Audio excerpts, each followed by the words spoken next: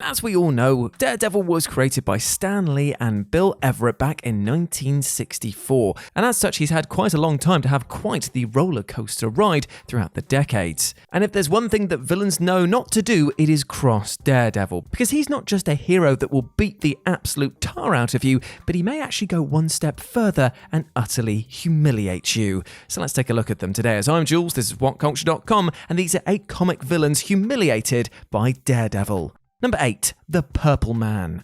These days, most people associate Zebediah Killgrave, aka the Purple Man, with Jessica Jones. Now, while Killgrave has clearly had his fair share of major tussles with Jessica over the years, the Rogue was originally featured as a Daredevil villain, debuting back in 1964's Daredevil number 4 in a tale marvelously titled Menaced by the Mystery of Killgrave, the Unbelievable Purple Man. Killgrave's first appearance saw him use his persuasive ways to rob banks. Once confronted by Daredevil, the no-good sort tried to use his mind control abilities to have Karen Page stand on a rooftop with the threat of her making her jump to her death. In the end, the Devil of Hell's Kitchen would take down this debuting villain in the most simple of ways. He'd just throw a sheet over the Purple Man's head. Now, to be specific, this was a plastic sheet that Daredevil had somehow stored into his cane. And not just any plastic sheet, for it had been treated with a special chemical that neutered Killgrave entirely. To add further embarrassment to the Rogue, this all played out in public as a watching crowd gathered to see the Purple Man's downfall. Number 7. Mysterio. Usually found butting heads with the likes of Spider-Man, Kevin Smith's Guardian Devil arc saw Mysterio deciding to switch his attention to Daredevil. This 8-issue tale found the world of Matt Murdock thrown on its head. His girlfriend, Karen Page, breaks up with him and reveals that she has HIV. His best pal, Foggy Nelson, is accused of murder. Matt has a baby Antichrist dumped on him by a 15-year-old girl who knows his real identity. And Bullseye is on a mission to kill as many nuns as possible. As Guardian Devil kicks into gear, it's revealed that the aforementioned Mysterio is behind all of this. Quentin Beck makes himself known to Daredevil, explaining how he'd put a plan into motion to have DD kill him. Beck had obtained the hero's real identity from the Kingpin, posed as a doctor who gave Karen her HIV diagnosis, faked the death of the mistress that Foggy was accused of murdering, drugged and then impregnated the 15-year-old by artificial insemination, and then paid Bullseye to go on his rampage. Terminally ill and with little time left, Mysterio's aim was to push Daredevil to the edge of insanity so that he would kill Beck. But how is this embarrassing, I hear you ask? Well, after Quentin spent an entire year planning this, it was all for nothing. Daredevil would laugh off Mysterio's scheme, leaving the Rogue to commit suicide via shotgun. Woof. Number 6. Doctor Doom. Across the landscape of Marvel Comics, Doctor Doom is likely the most arrogant, egotistical character of the entire realm. Of course, Doom is a villain synonymous with the Fantastic Four, yet that hasn't stopped Victor from butting heads with all other sorts of Marvel heroes, whether it's one-on-one or in an I'm going to destroy the entire universe kind of way. In 2011's Daredevil number 15, DD was the unlucky soul who found himself in Victor Von Doom's sights. Here, Matt Murdock wakes up in Latveria to find himself being prodded by medical personnel so that Doom can find out what makes the Guardian Devil's mind tick. As an added kicker for Murdock, he's been exposed to a chemical that strips away his unique abilities, meaning that he's stranded in Doctor Doom's ultra-secure castle with no powers and is also strapped to a surgical bed. By sheer determination, Daredevil manages to get himself free of his literal shackles and escape from Doom's castle as Victor's goons do their best to stop old Hornhead, making the Guardian Devil one of the select few to lay claim to actually outsmarting Victor Von Doom. I mean, sure, Iron Man would turn up onto the scene to fully save the day, but Daredevil had already done his fair share of impressive work by the time the Armored Avenger swooped in. Number 5. The Fixer and his goons. The origin of Daredevil has been told several times over the decade, but never has Matt Murdock's story been told better than by Frank Miller and John Romita Jr. with their phenomenal The Man Without Fear in 1993.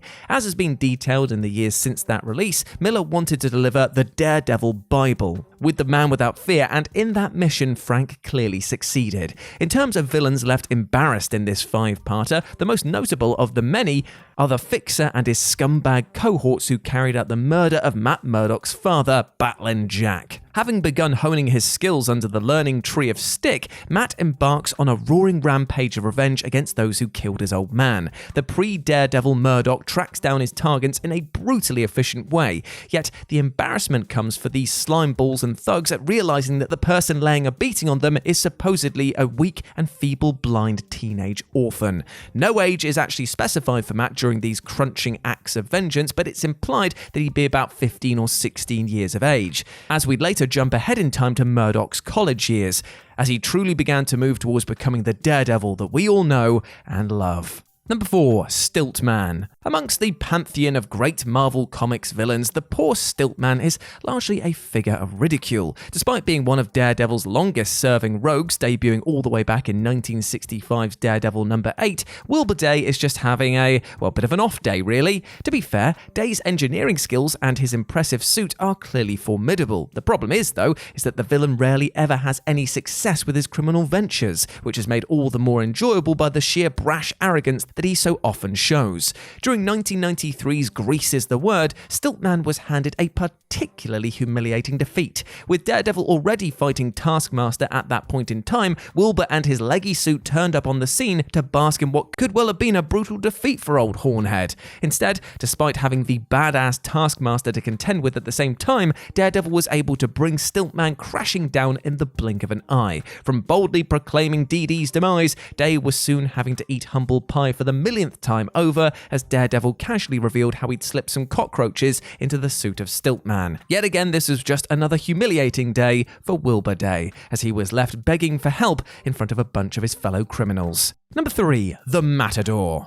There's forever a certain charm to the comic book creations that Marvel was serving up in the 1960s, and one such creation was Manuel El Ganto, aka the Matador. Ridiculously cheesy, the Matador was a pissed-off and brutal bullfighter who turned to a life of crime. After being distracted by the boos of the crowds, El Ganto was battered by a bull, and thus he swore revenge on the world by becoming a criminal. The MO of the Matador in his early comic book days was pretty much the same as any and all of the villains of the 1960s. He just wanted to get rich quick. When one particular attempt to hold up security vans full of cash put him in the crosshairs of Daredevil, the whole episode ended in particularly humiliating fashion for poor old Manuel. After a brief back and forth fight, the Guardian Devil took down the Matador by charging at him and butting him in the same way that a bull would.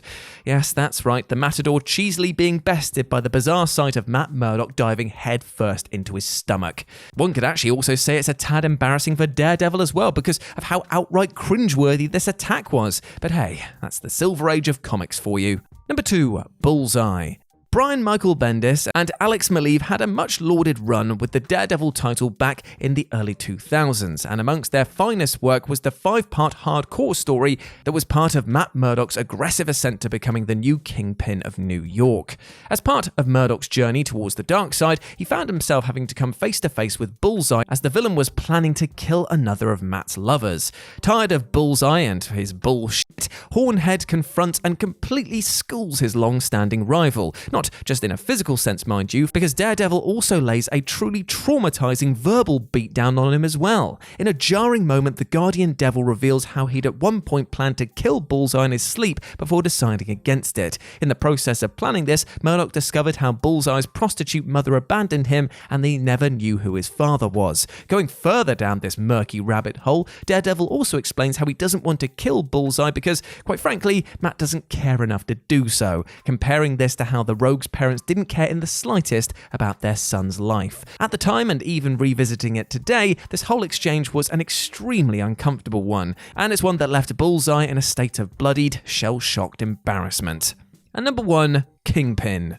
Continuing on from the treatment of Bullseye during the hardcore arc, that story culminated in Matt Murdock stepping up to claim the Kingpin mantle from Wilson Fisk. Sick of Fisk, his threats, and the corrupted fist with which he ruled the underground, Daredevil decides to tackle this problem head on, and in typical Murdock fashion, this means walking straight up to Kingpin and punching him in the face really hard, time and time again. To date, this beating of Fisk remains one of the most brutal fights of the Guardian Devil's career, and it ended with a triumphant silent, stern Daredevil standing tall over the bloodied body of Wilson Fisk as he proclaimed himself to be the new Kingpin. From here, the Kingpin Daredevil explained how every dirtbag in the local area either needed to get on the straight and narrow or head off to new horizons. For those who decided to test the man without fear, they were dealt with by Matt's brand of no-nonsense justice. As for Fisk, well, this was the most embarrassing defeat of his life. Not only was he just bested in battle by his longtime foe, he was stripped of his own title and had his grip of power loosened and was promptly locked up in Rikers Island.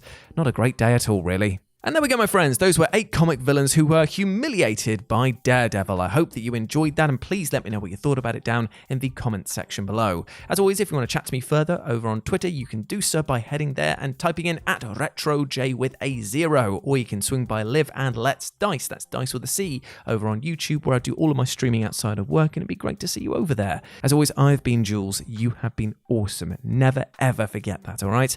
And I'll speak to you soon. Bye.